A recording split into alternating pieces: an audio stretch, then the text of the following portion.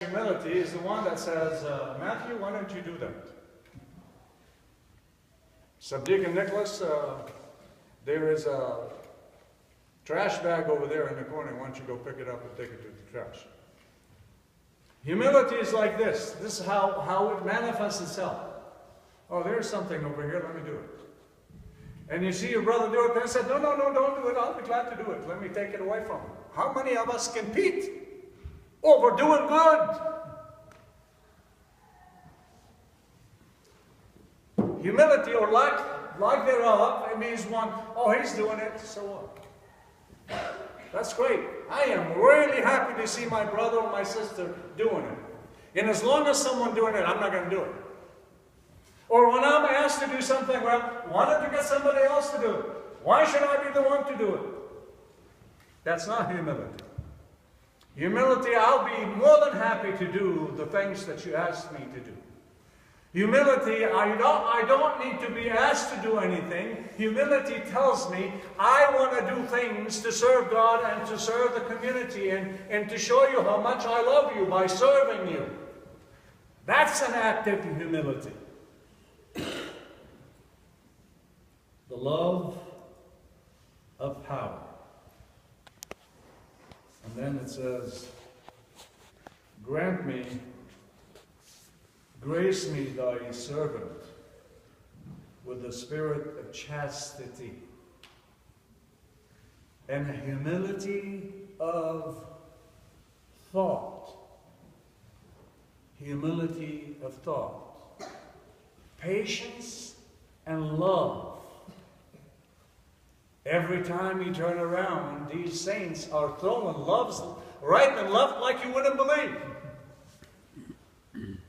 And every time they talk about patience, and they talk about humility, and they talk about chastity. And humility of what? Humility of thoughts and minds. Because mind is what makes us operate. Our nous, our mind, our thought, our power of reason, what makes us do things. So if we grasp of our thoughts, of our inner being, and make it humble, the whole being becomes humble. So let us work from inside out.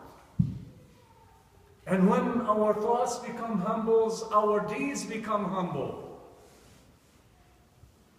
Today we celebrate the life of Saint Mary of Egypt. I'm not going to talk to you about it because you missed it. Plain and simple. Last Monday we celebrated with Lil Compline her life, and we read her story.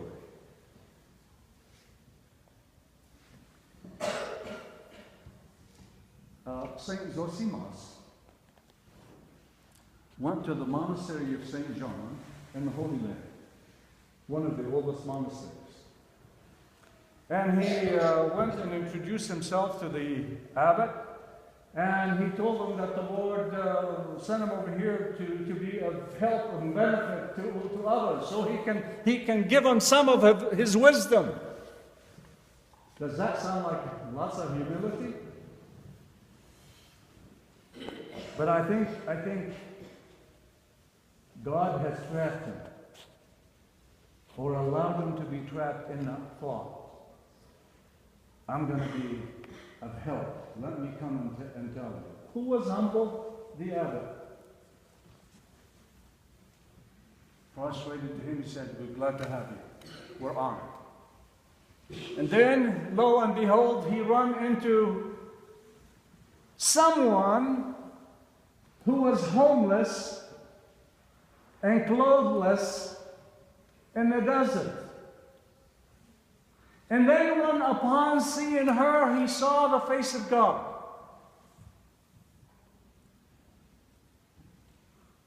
And he threw himself at her feet.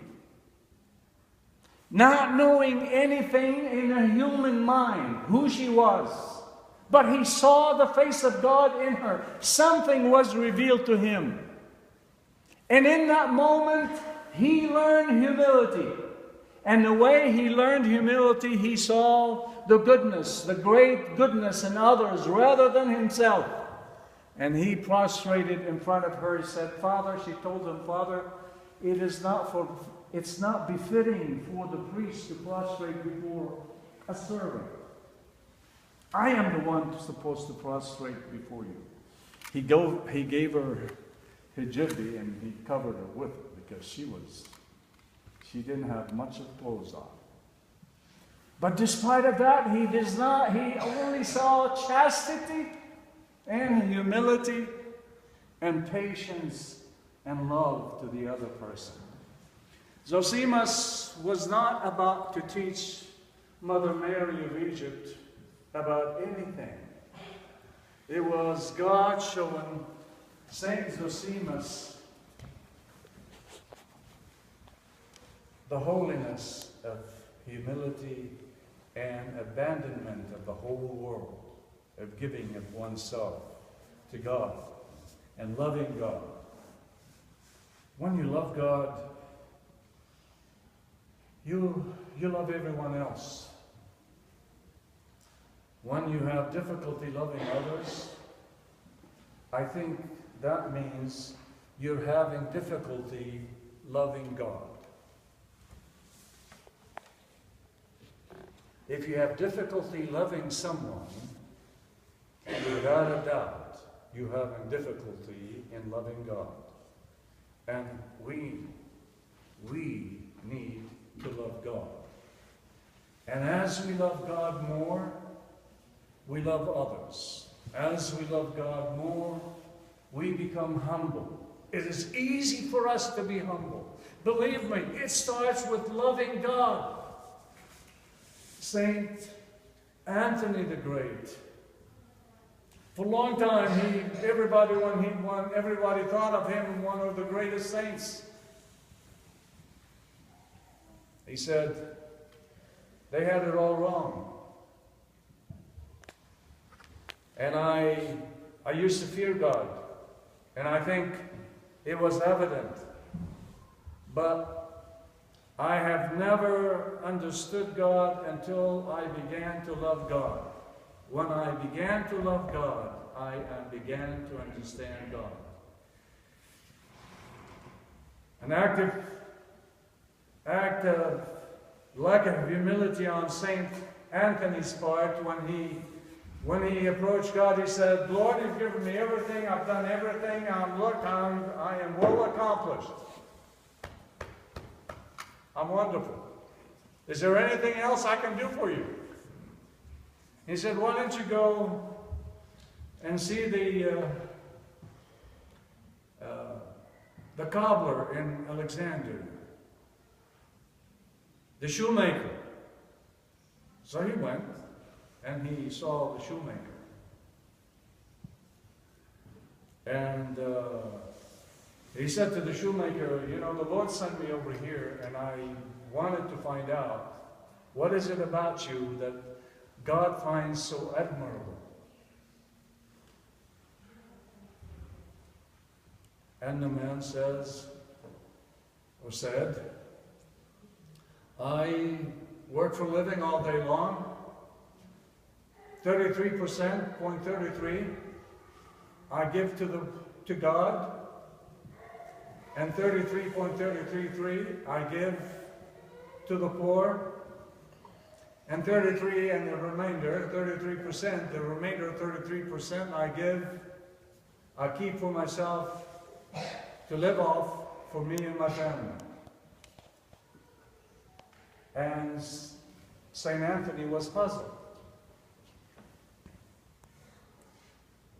I'm sure he looked up like this and said, you must be kidding. 30%? It compares to my 100%? I have given you everything.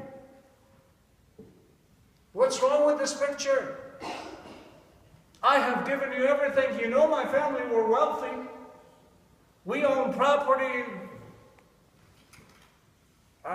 from sunrise to sunset. And I gave it all to you. And for your sakes, And I think the Lord said, you haven't asked the right question yet. And the right question was, what is it you really do that is different? And the man said, I don't know what else to tell you. One thing I do every morning as I work and I'm praying, that he prays all day. The cobbler, the shoemaker, German call it Schuhmacher. Now, the shoemaker is saying, is praying all day, and when he prays all day, he sees people going in and out through his window. And he said, every time I see some people, I pray for them. He said, how blessed they are, because God is going to save them. And how wretched I am. Lord, have mercy, my heart, my mind, my thoughts in hell. I remember last week we said what from St. Anthony, how it developed throughout the Holy Fathers, and St. Silouan, the Athonite, and St. Sophrony, and all of them kept harping on the same thing. And he said, keep your mind in hell and despair not. Keep your mind in hell. To do that, you've got to be humble. It means I'm going to surrender all my mental capability and capacity and take it down to hell to burn. That in the ashes of all my passions, burn ashes, will rise my virtues. And that's what we call to do. This is how we can get humility. Think about hell. Think about death and dying. Think about our last moments. Think about what was going to happen when my life is going to end as we know it on earth. What am I going to do, and where am I going to go, and what kind of person am I going to be to make sure what I leave behind me is something of virtue and something of value to those around me. It is not the wealth that I leave behind. It is not the monetary wealth, but rather the spiritual wealth that all of us are called to have. But give me the spirit, chastity, humility of mind, patience and love. Yea,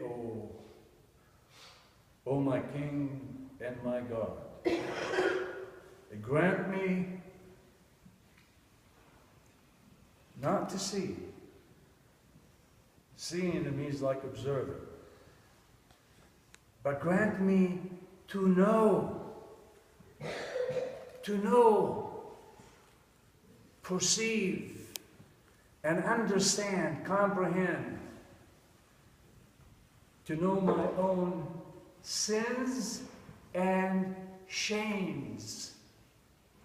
Sins and shames, those that shame me, those things that I regard to be shameful, and I wouldn't want anybody to know that I do or I embrace.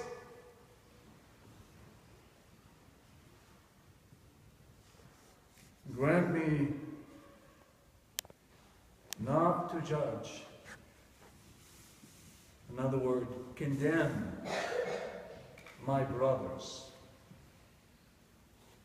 Those who are not humble, it's easy for them to condemn others than condemn oneself. For blessed art thou unto ages of ages. Let us all be humble.